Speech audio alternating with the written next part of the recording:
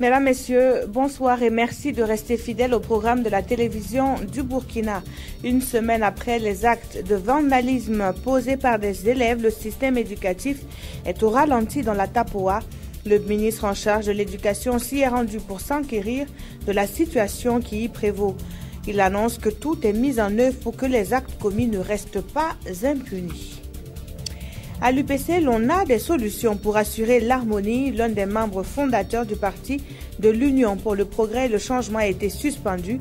Il s'agit de Louis-Armand Wali. L'annonce a été faite ce matin au cours d'une conférence de presse. Dans cette édition, une équipe de reportage s'est intéressée à ce que mangent les fonctionnaires. Depuis que la journée continue est instaurée, le déjeuner semble être un casse-tête pour plus d'un d'entre eux. Savoir quoi manger et avoir le temps de le faire, c'est le défi de chaque jour à voir dans quelques instants. Et tout d'abord, sachez que l'on a parlé coopération et développement ce matin à Kosiam, l'ambassadrice de la République de Cuba au Burkina, mais aussi le président du Haut Conseil pour l'unité nationale était de ceux-là qui ont été reçus en audience par le chef de l'État. Mais avant, Roch-Marc Christian Kaboré a eu un tête-à-tête avec la représentante du système des Nations Unies au Burkina. La synthèse de ces audiences avec Mokhtar Ouedraogo et Monkoun Dabiré.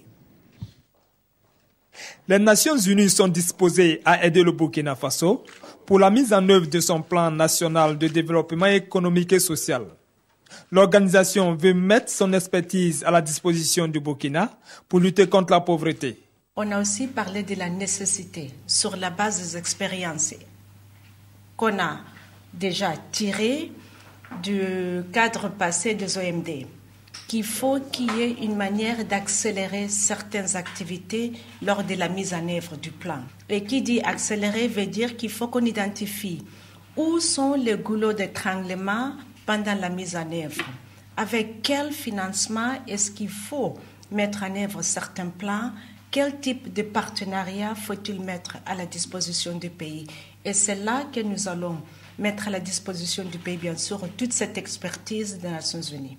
Cuba veut quant à lui apporter son appui au Burkina dans le domaine de la santé, de l'éducation et de l'agriculture. Un soutien matérialisé par l'octroi de 2 bourses d'études en médecine au compte de l'année 2016-2017. Malgré les difficultés économiques auxquelles il est confronté, le pays de Fidel Castro entend accentuer sa coopération solidaire avec le Burkina. À la suite de l'ambassadeur, c'est au tour du Haut Conseil pour la réconciliation et l'unité nationale d'être reçu par le président du Faso. Et notre rencontre de ce matin avait pour but d'appeler les autorités, pas à leur devoir, mais au moins de leur rappeler ce que disent les textes, notamment l'article 23 de la loi qui nous crée. Parce que cet article dispose que avant la mise en place, l'installation officielle des membres du H-Crown, il doit être mis à leur disposition les moyens matériels et financiers. Force est de constater qu'à ce jour, nous sommes pratiquement diminués. Nous fonctionnons avec les moyens du bord. Le H-Clun doit plancher sur plus de 5000 dossiers, avec pour objectif d'établir un ordre nouveau, en vue de réussir un retour à une paix durable au Burkina Faso. Et le Burkina Faso qui se conforme avec les textes qui régissent les espaces communautaires et monétaires auxquels il appartient. Ce 21 avril, 2 projets de loi ont été adoptés à l'unanimité par les 113 votants du jour. L'un porte sur l'usure et l'autre sur l'intérêt légal. Paul-David Bambara, Yolande Lompo, explication. Pour une meilleure protection des emprunteurs d'argent contre les pratiques usuraires, un projet de loi portant définition et répression de l'usure a été adopté à l'unanimité par les 113 votants. Le prêt usuraire, c'est toute convention d'argent qui dépasse le taux d'usure fixé par le Conseil de ministres de l'UEMOA. À compter donc de l'adoption de cette loi, quand il y a convention ou quand il y a prêt ou crédit, on est obligé de mentionner le taux effectif global dans toute convention de crédit. Les dispositions de cette loi permettent aussi d'amoindrir le coût du crédit sur l'emprunteur. Et comme cette loi comporte des dispositions relatives à l'intérêt légal, un projet de loi uniforme spécifique au taux de l'intérêt légal leur a été aussi soumis par le ministère de l'Économie et des Finances. Le Burkina Faso est le 6e pays dans l'espace UEMOA à internaliser ces lois. Il s'agit de projets de loi uniformes ce sont des lois qui ont été prises au niveau du Conseil des ministres de l'UEMOA. Et à cet effet, il a été instruit aux États membres de l'UEMOA de les transposer dans leurs ordonnancements juridiques pour qu'au niveau de l'espace communautaire, nous ayons une réglementation uniforme en la matière. Et pour permettre aux entreprises d'être plus compétitives, l'Union monétaire ouest-africaine a été invitée à revoir le taux directeur avec la Banque centrale des États de l'Afrique de l'Ouest qui propose souvent des taux d'intérêt très élevés. Je vous le disais en titre, le ministre en charge de l'éducation s'est rendu dans la province de la Tapoa. Cette partie est du pays s'était fait remarquer la semaine dernière par des violences perpétrées par des élèves sur leurs enseignants. Résultat, le système éducatif y est paralysé. Le point de cette visite avec Alassane Kendrebeogo et Lambert Soma. Exprimer la gratitude du gouvernement à l'endroit des notables de Nagaré qui ont permis d'éviter le pire face à la furie des élèves, c'est le sens de ce déplacement du ministre de l'Éducation nationale. Mais ce n'est pas tout. Ces actes-là seront sanctionnés avec la plus grande rigueur. Ceux qui s'en sont auteurs, les instigateurs, les acteurs, tout ce beau monde, dans le cadre d'une enquête judiciaire en bonne et due forme, chacun devra répondre de ses actes. Au CUG de Nagaré, comme à l'école primaire, point d'enseignants, les classes sont closes depuis une semaine. Des voix s'élèvent pour décrier les agissements des élèves. La chose qui s'est passée là, c'est incroyable pour nous. Sinon, on ne sait pas comment on peut expliquer. C'est vilain même. Ce qu'ils ont fait, c'est pas bon. On demande pardon. Pardon. À Logobou comme à Diapaga, où se sont réfugiés certains enseignants, le ton est plus ferme, les revendications sont claires. D'abord, l'affectation immédiate de tous les enseignants et professeurs de l'école du village de Nagaré. Deuxième point maintenant, nous allons demander le dédommagement. Troisième point, nous allons demander à ce qu'on arrête ces brigands. Nous avons demandé la fermeture de l'école, ce qui est fait. À cela, il faut ajouter la réouverture du commissariat de police de Logobou avec un effectif bien étoffé. Face à toutes ces préoccupations, des pistes de résolution sont en vue. Du retour de la sécurité, en échangeant avec les populations à Logobou, c'est elle qui doit prendre l'initiative de redemander la mise en place de la sécurité. Du reste, nous avons échangé également avec monsieur le gouverneur sur comment les modalités de ce retour-là, dans des délais suffisamment brefs. La réaffectation des enseignants ou du personnel en défaut de sécurité en dehors de cette province, là où la sécurité est présente. Ça également, je peux le comprendre. Le dernier point qu'ils avaient est l'affectation du personnel de ces deux établissements en dehors de la province. Là-dessus, j'ai indiqué que j'aurais souhaité que nous ayons une autre perspective, à savoir que ces mêmes enseignants qui ont été traumatisés par leurs élèves puissent aller dire à ces élèves-là que ce n'est pas comme ça que ça se passe, les revendications. Ça aussi, c'est de l'éducation, pour que demain, ces enfants sachent que on peut revendiquer, on a des droits de revendiquer, mais il y a des manières de revendiquer. L'APE de Nagaré s'engage à assurer désormais la sécurité des enseignants du village. Cette résolution fera-t-elle bouger les lignes? Difficile de répondre. Une chose est sûre, à Nagaré comme dans pratiquement toute la Tapoa, les classes sont fermées. Le ministre de l'Éducation nationale a promis que le point sera fait aux plus hautes autorités. De crise, il n'y en a plus au sein de l'UPC. Le parti du chef de file de l'opposition était face à la presse ce matin et a annoncé la suspension de Louis Armand Wali. Et cette suspension devrait, selon le secrétaire exécutif national de l'Union pour le progrès et le changement, toucher un autre membre fondateur en la personne de Bruno Kafando. Le compte rendu de cette conférence avec Yacouba Gamene et Viviane Tchendrobero. La mesure de suspension de Louis Armand Wali, le deuxième vice-président de l'UPC, date du 16 avril 2016. Les raisons avancées sont violation des statuts, du règlement intérieur et des principes du parti. Monsieur Louis Armand Wali, malgré son statut de vice-président, n'a participé à aucune activité lors de la campagne des élections couplées du 29 novembre 2015. Nous avons donc été surpris que ce grand absent nous invite à faire coalition avec le MPP. La mesure de suspension devrait aussi toucher d'autres militants comme Bruno Kafando. Il était jusqu'au 13 février 2016 secrétariat général de la section UPC du Kadiogo. Monsieur Kafando n'a pas battu campagne lors des dernières élections. Il a en outre écrit un soi-disant livre blanc sur l'UPC, un document truffé de contre-vérités. En suspendant ces militants, le secrétariat exécutif national a demandé leur exclusion de l'UPC. C'est une décision que seul le bureau politique national peut prendre. En attendant, l'UPC s'est prononcé sur les récents événements de Nagari. Nous pensons que la sanction que l'État a eu à prendre, cette sanction n'est pas suffisante. Il ne suffit pas tout simplement de fermer. Mais quels sont ceux-là qui ont été à l'origine de ces actes-là? Il faut que ça soit une sanction exemplaire à même de dissuader et d'autres qui viendraient à poser ces genres d'actes. L'UPC prendra part aux élections municipales de mai 2016. Le parti signale une vingtaine de recours de candidats en cours d'examen. Et voici un autre syndicat qui donne de la voix. Il s'agit de celui des professionnels des technologies de l'information et de la communication. Le syndicat dénonce un non-respect des engagements pris par le gouvernement en sa faveur. Le point sur les griefs retenus avec Amado Ilboudo et Ramatou Zida. On ne touche pas aux acquis, c'était là les prémices de l'acceptation de la nouvelle grille indemnitaire des professionnels des technologies de l'information et de la communication. Aujourd'hui, le constat est tout autre.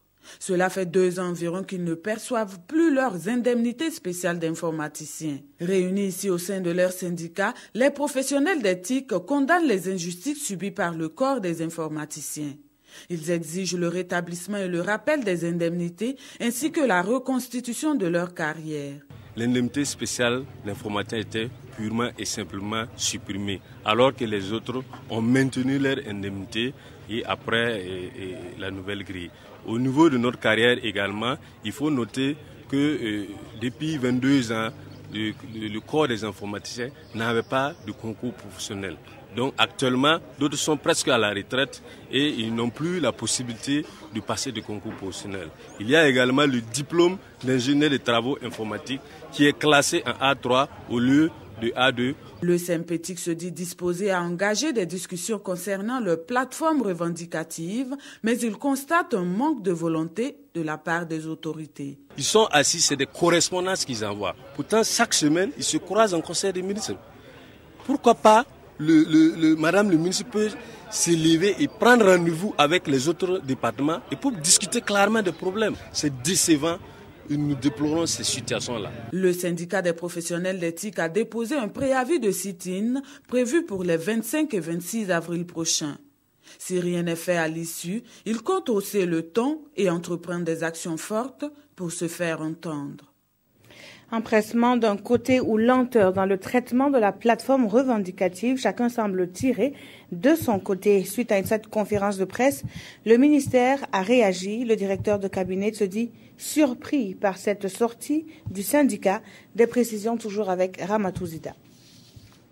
À la suite de la conférence de presse animée par le syndicat des professionnels des TIC pour réclamer la satisfaction de sa plateforme revendicative, les responsables du département de l'économie numérique disent être surpris par la démarche. Ce qu'il faut retenir, c'est que dès sa prise de fonction, la première chose qu'elle a faite, c'est de rencontrer également le syndicat pour un peu comprendre, parce qu'effectivement, elle a trouvé un dossier concernant un peu les revendications. Donc on peut dire que une connaissance du dossier.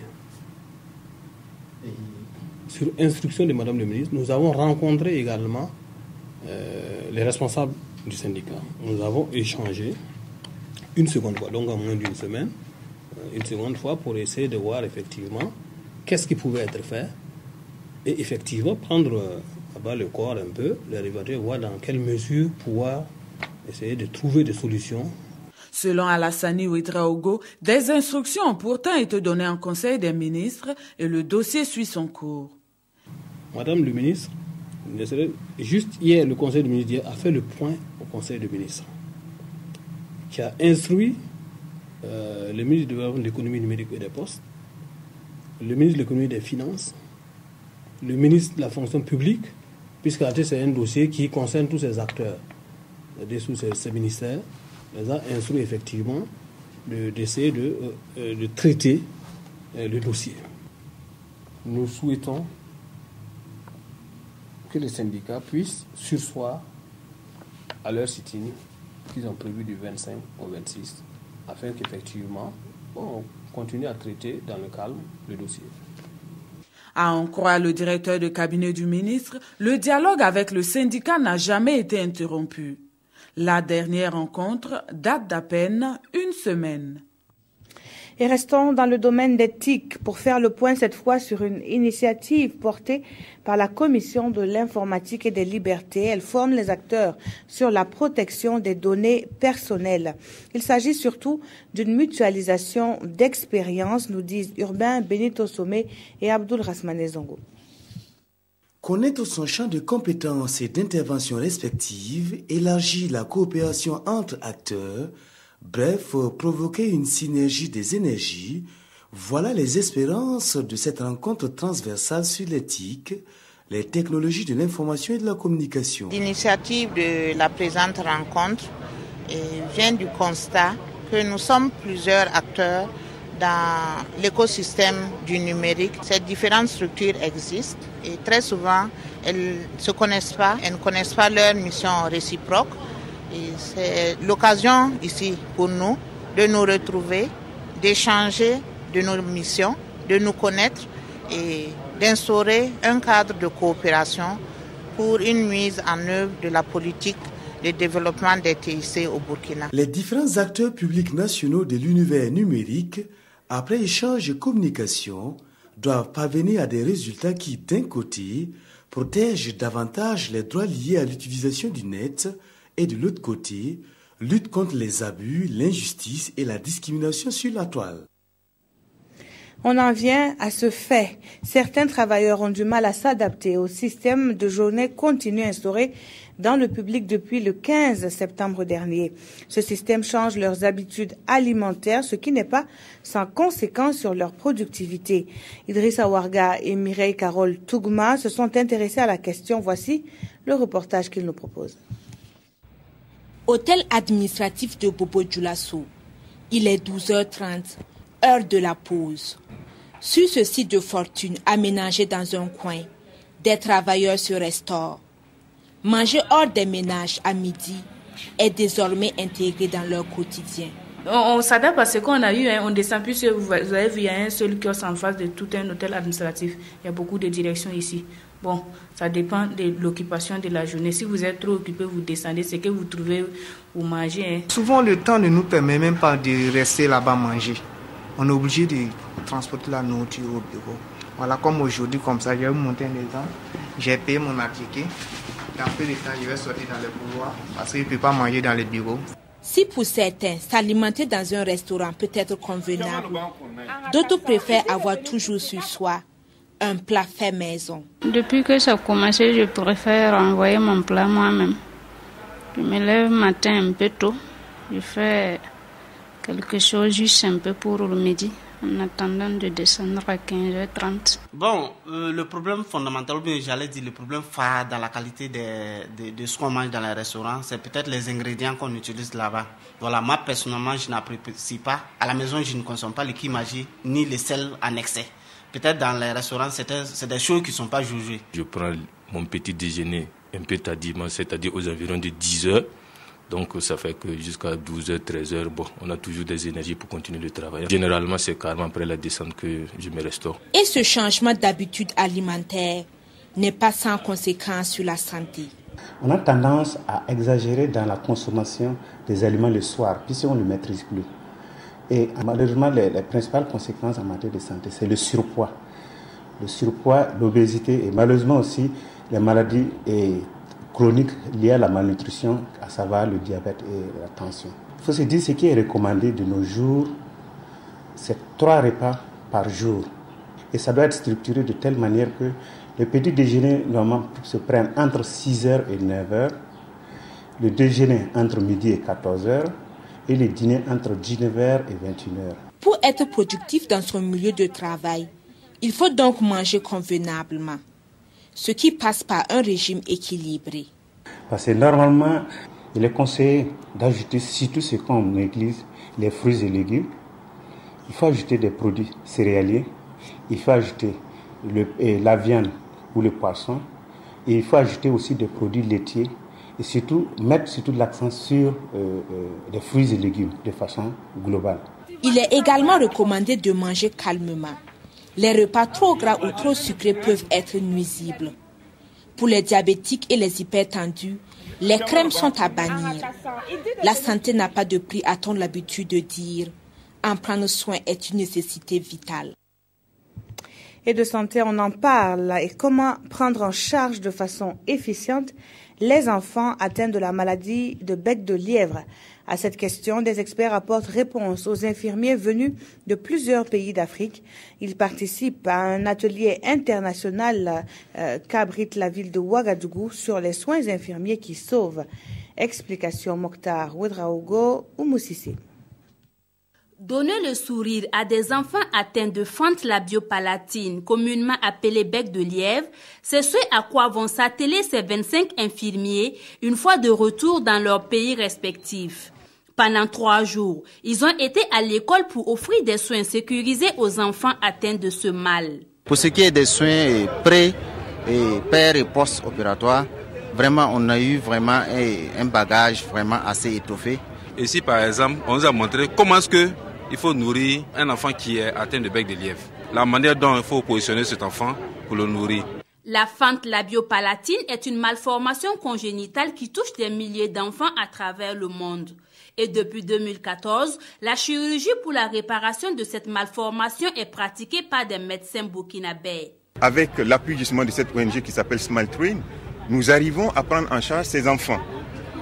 Ils arrivent, tout bébés, il y a une équipe pluridisciplinaire qui a été mise en place et nous essayons de prendre en charge ces enfants dans leur globalité. Donc on les élève, à 3 mois on répare la lèvre et à 1 an on répare le palais. Et cela gratuitement. Les soins infirmiers sauvent des vies.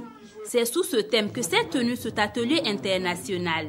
Il a eu lieu grâce à l'ONG Smile Train, une ONG qui a son siège aux États-Unis et qui intervient partout en Afrique pour la prise en charge des enfants souffrant de fente labiopalatine ou bec de lièvre.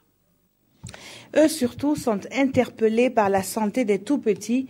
Ils en ont fait leur spécialisation en prêtant serment en tant que pédiatre. L'université Ouaga, un professeur Joseph Kizerbo est fier de présenter sa cuvée 2016, forte de 36 impétrants issus de 5 pays africains. Et ce nom de baptême confraternité n'est pas du tout fortuit, nous disent Césaire Carfo et Yolande Lompo. Fatimata Bari est depuis 3 ans pédiatre. Son amour pour les enfants et sa détermination lui ont permis d'atteindre ce niveau.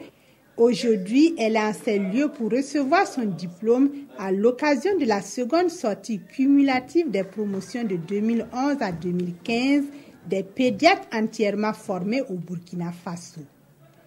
Issus de 5 nationalités, ces 36 impétrants ont pris pour nom de baptême confraternité. La formation de la pédiatrie, c'est une formation de la médecine générale adaptée à l'enfant.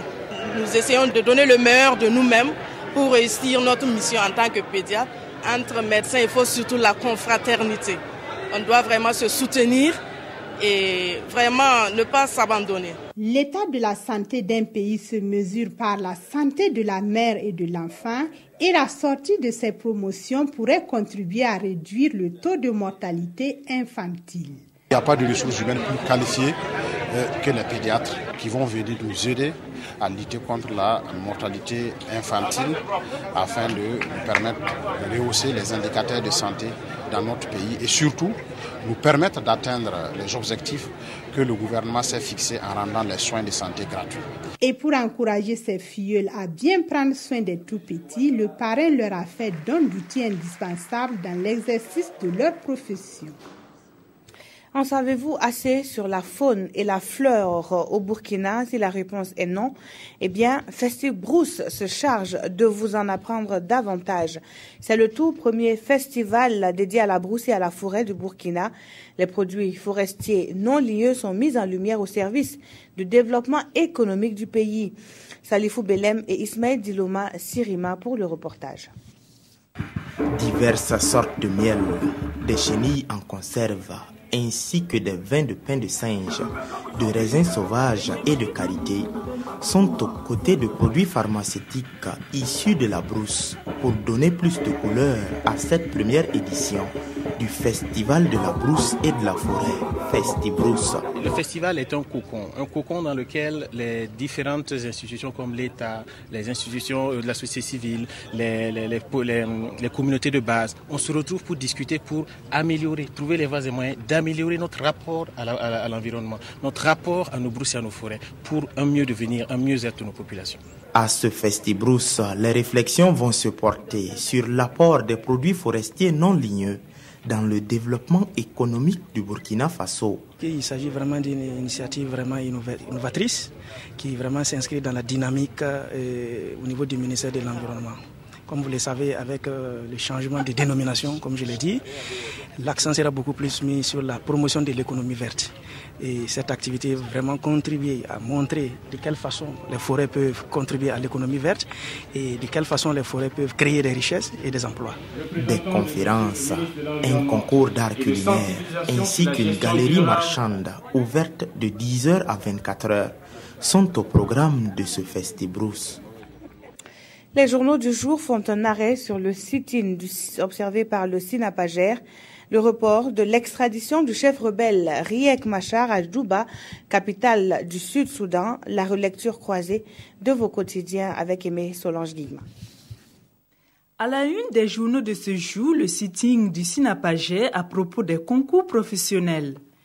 Il proteste contre l'ouverture des concours professionnels aux enseignants de carrière, constate aujourd'hui au Faso, et promet de boycotter toutes les étapes du processus des 10 concours, renchérit le quotidien.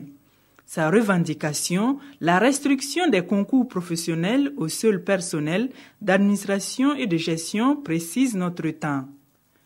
Koundé d'or 2016 à lire également dans les quotidiens du jour. Aujourd'hui, au Faso nous informe que tout est fin prêt pour le show à l'affiche Kofi Olomide, Sidiki Diabaté et José, précise le quotidien. Rendez-vous donc le 29 avril, indique le pays, pour un défilé de mode Ouagadou en hommage aux victimes des attentats, relève l'observateur Palga. À l'international, le quotidien fait savoir que l'arrivée de Riek Machar à Djouba est encore repoussée. C'est pourquoi, confie le journal de tous les Burkinabés, qu'un comité conjoint de suivi de processus de paix au Sud-Soudan a appelé à une réunion d'urgence pour discuter de l'impasse entourant le retour du chef rebelle. Après analyse, le pays pense que l'attelage Salva Kiir-Riek Machar est impossible au regard de l'ego surdimensionné de chacun d'eux et de la méfiance réciproque qui les anime, et craint qu'il ne débouche sur un tragique bis repetita. Merci d'avoir suivi cette édition qui s'achève. Très bonne suite de programmes sur la télévision du Burkina.